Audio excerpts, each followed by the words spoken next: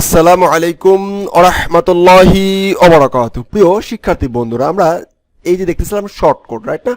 তো এবারে আমরা আরেকটা জিনিস দেখার চেষ্টা করব, হলো যে এই যে কন্টেন্ট নিলাম, একটা ভেরিয়েবল পাস করলাম, এই প্যারামিটারটা আসলে কিভাবে কি কাজ করে, আসলে এর কি ব্যবহার, কি পাওয়ারটা এবার দেখব। তো পাওয়ারটা হলো যে আমরা এই শর্টকটটাকে, এই কোডগুলোকে একটা আলাদা একটা ফাইলে রেখে দেই, যাতে করে পরবর্তীতে কাজে লাগাতে পারেন। রিসোর্স নামে রেখে দিলাম, থাকলো, কারণ এটা ওভাররাইট হয়ে যাবে। এখন এই যে কন্টেন্টটা ভেরিয়েবলটা আসতেছে, এই ভেরিয়েবলে কিছু ডাটা নিয়ে আসতে পারে। কোথা থেকে নিয়ে আসবে দেখি, কোথা থেকে নিয়ে আসে। এই যে কন্টেন্টটাকে আমরা একটা ওয়ার্ডপ্রেস আমাদেরকে একটা মেথড প্রোভাইড করে, মেথডটা হচ্ছে ডু শর্টকোড নামে একটা মেথড প্রোভাইড করে। বলছে তুমি এই মেথডের ভিতরে প্যারামিটারটা পাস করে দাও, যে প্যারামিটারটা তুমি ধরতে চাচ্ছ সেই জিনিসটাকে তুমি যদি রিটার্ন করে দাও তাহলেই হলো।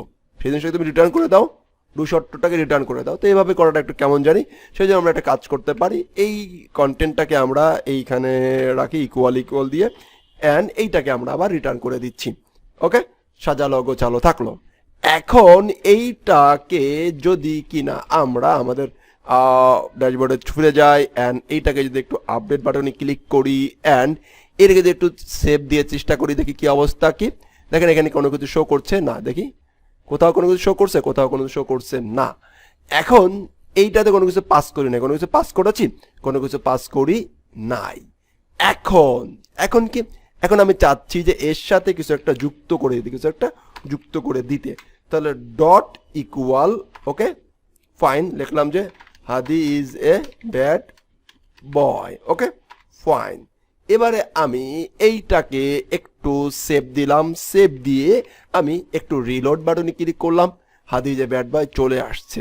বাট আমি চাচ্ছি যে সে এইখান থেকেও একটা টেক্সট যাবে, সেই টেক্সটটা এই হাদি যে ব্যাড বয় এই টেক্সটের সাথে অ্যাড হয়ে যাবে। এইটা করার জন্য আমাদেরকে ক্লোজিং একটা ট্যাগ ব্যবহার করতে হবে। যেহেতু আমরা ডু শর্টকোডটা ব্যবহার করেছি, এখন আমরা একটা ক্লোজিং ট্যাগ ব্যবহার করতেই পারি। এইটাকে কপি করে আরেকটা করলাম, এন্ড এখানে আমরা কি দিয়ে দিলাম, ক্লোজিং ট্যাগ। আর এখানে লিখলাম যে হাদি অলসো ব্যাড বয়। ফাইন, আমি এখানে একটা বিআর দেখি কি কাজ করে কিনা। আমরা এটাকে আপডেট বাটনে ক্লিক করলাম, অ্যান্ড এখানে যদি যাই অ্যান্ড রিলোড দেই, দেখতে পাবেন যে হাদি যে ব্যাড বয় তো আসছে, অ্যান্ড হাদি যে অলসো ব্যাড বয়টা আগে শো করছে, তারপরে ওটা যুক্ত করছে, কারণ এটা তারপরে আমি যুক্ত করেছিলাম, রাইট না? Absolutely right. ওকে, এই ছিল মোটামুটি আমরা আমাদের ইনক্লোজিং ট্যাগ কিভাবে কাজ করে। এখন আমরা চাইলে কিন্তু আমাদের ওয়ার্ডপ্রেসের বাই ডিফল্ট অনেক কিছু থাকে, সেই সমস্ত মেকানিজমগুলো এখানে নিয়ে আসতে পারি। তো সেটা আমি দেখাবো, সমস্যা নেই, আস্তে আস্তে করে। আমি জাস্ট দেখালাম হচ্ছে যে এইখানে ট্যাগ শর্টকোডটা দেখানোর চেষ্টা করলাম। শর্টকোডটা দেখাতে চাইলে ইনক্লোজিং ট্যাগটা কিভাবে ব্যবহার করতে হয়। ইনক্লোজিং ট্যাগ যদি আমরা ব্যবহার করতে চাই কোনো শর্টকোডের মাধ্যমে বা ব্যবহার করতে দিতে চাই, সেই শর্টকোডটাকে অবশ্যই ডু শর্টকোড দিয়ে নিয়ে আসতে হবে। কি করতে হবে? ডু শর্টকোড দিয়ে ফিল্টারিং বলতে পারি বা নিয়ে আসতে হবে। এখন আরেকটা জিনিস দেখাই, তা হলো যে আমরা যদি আমাদের এই শর্টকোডটাকে কোথাও আউটপুট হিসেবে দেখতে চাই পিএইচপির মাধ্যমে, তো আমি এটা তো অত থিম ডেভেলপমেন্ট অধ্যায় বলেছি, এখানেও বলবো, সমস্যা নাই। তো এই পর্বে আমি দেখালাম যে কিভাবে ইনক্লোজিং ট্যাগ আমরা ব্যবহার করতে পারি। ওকে, এই ছিল মোটামুটি কাজবাজ। নেক্সট পার্টে আমরা দেখার চেষ্টা করবো হলো যে এটা মোটামুটি একটা লিমিটেশন আছে, আবার কিছু প্রবলেম হচ্ছে যে এই শর্টকোডের ভিতরে এই নামের শর্টকোড ব্যবহার করা যাবে না। তো যাই হোক, যেহেতু আমরা শিখলাম, এরপরের পার্টে আমরা আরেকটু সামনে যাওয়ার চেষ্টা করব। সেইখানে আসলে চেষ্টা করব হলো যে আমাদের শর্টকোডের আসল প্যারামিটারের ব্যবহারটা ম্যাক্সিমাম দেখা শুরু করব। তো শুরু করতে চাইলে মূলত এখানে আমাদেরকে 3টা প্যারামিটার পাস করতে পারবো। কয়টা প্যারামিটার পাস করতে পারবো? 3টা। একটা হচ্ছে আমরা দেখলাম হচ্ছে অ্যাট্রিবিউট ATTS নামে নিলাম। একটা হচ্ছে কন্টেন্ট, আর একটা হচ্ছে ট্যাগ, আরেকটা কি ট্যাগ নামে আপাতত আমরা রেখে দিলাম। এই 3টা ভেরিয়েবল আমরা প্যারামিটার আমরা পাস করতে পারবো।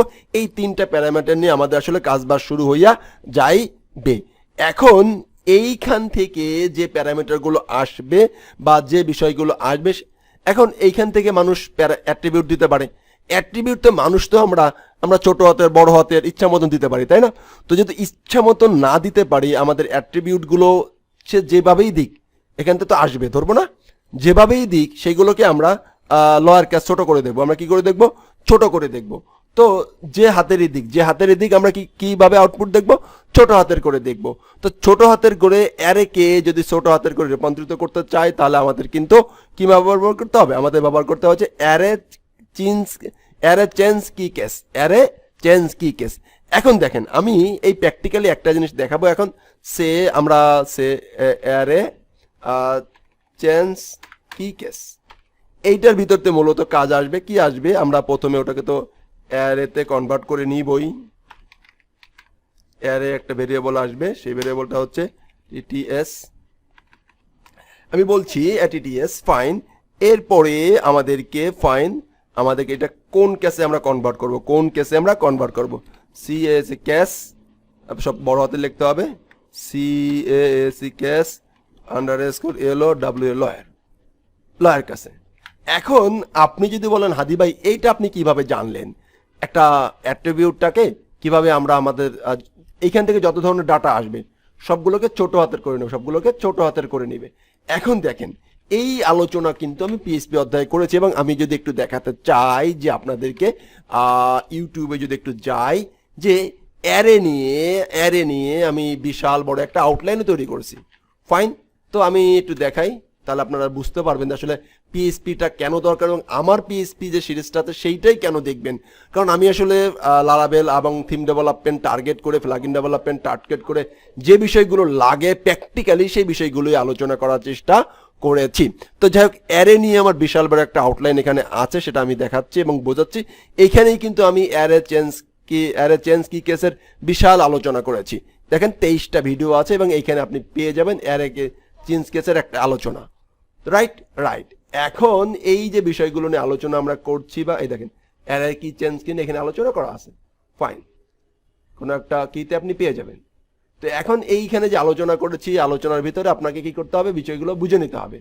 এখন এই অ্যারেগুলো বা এই পিএইচপি যারা জানবেন না তাদের জন্য আসলে সময় না, কারণ এখন আসলে একটা এক্সাম্পল আমি বলে দিলাম প্র্যাকটিক্যালি কাজ শেখার সুবিধার্থে, বাট ক্লায়েন্ট তো আপনাকে আসলে অনেক ধরনের চ্যালেঞ্জিং দিবে, অনেক ধরনের ডাটা আসবে, সেই বিষয়গুলো পিএইচপি দিয়ে আসলে জানা থাকতে হবে।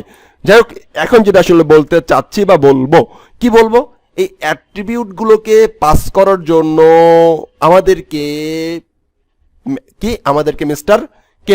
মিস্টার ওয়ার্ডপ্রেস আমাদেরকে একটা মেথড প্রোভাইড করে। তো সেই মেথড নিয়ে আমরা নেক্সট পার্টে আলোচনা করব। এ পার্টে আমি শুধুমাত্র ইনক্লোজিংটা দেখানোর চেষ্টা করলাম এবং বোঝানোর চেষ্টা করলাম যে পিএইচপির কতটুকু গুরুত্বপূর্ণ, অ্যান্ড শর্টকোডের যে 3টা প্যারামিটার নাই, সেই 3টা প্যারামিটার কি, একটা হচ্ছে অ্যাট্রিবিউট, একটা হচ্ছে কন্টেন্ট, একটা হচ্ছে ট্যাগ। এই 3টা নিয়ে আলোচনা করলাম। অ্যান্ড যেটা আলোচনা করলাম তা হলো যে এই অ্যাট্রিবিউট যেগুলো পাস করবে ইউজার, ছোট অ্যাট্রিবিউট কোথা থেকে পাস করে? অ্যাট্রিবিউট বলতে এইখান থেকে পাস আসবে, এইখান থেকে আসবে অ্যাট্রিবিউটগুলো। ওকে, তো এখন ইউজার ছোট হাতে দিতে পারে, কখনো ছোট হাতের, কখনো বড় হাতের।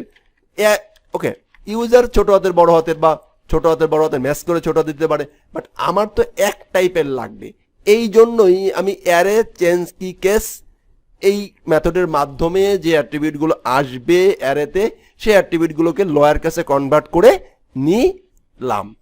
ওকে, নেক্সট পার্টে আমরা এই বিষয়গুলো নিয়ে আরেকটু সামনে যাওয়ার চেষ্টা করব এবং বোঝার চেষ্টা করব। ধন্যবাদ। আসসালামু আলাইকুম ওয়া রাহমাতুল্লাহি ওয়া বারাকাতুহু।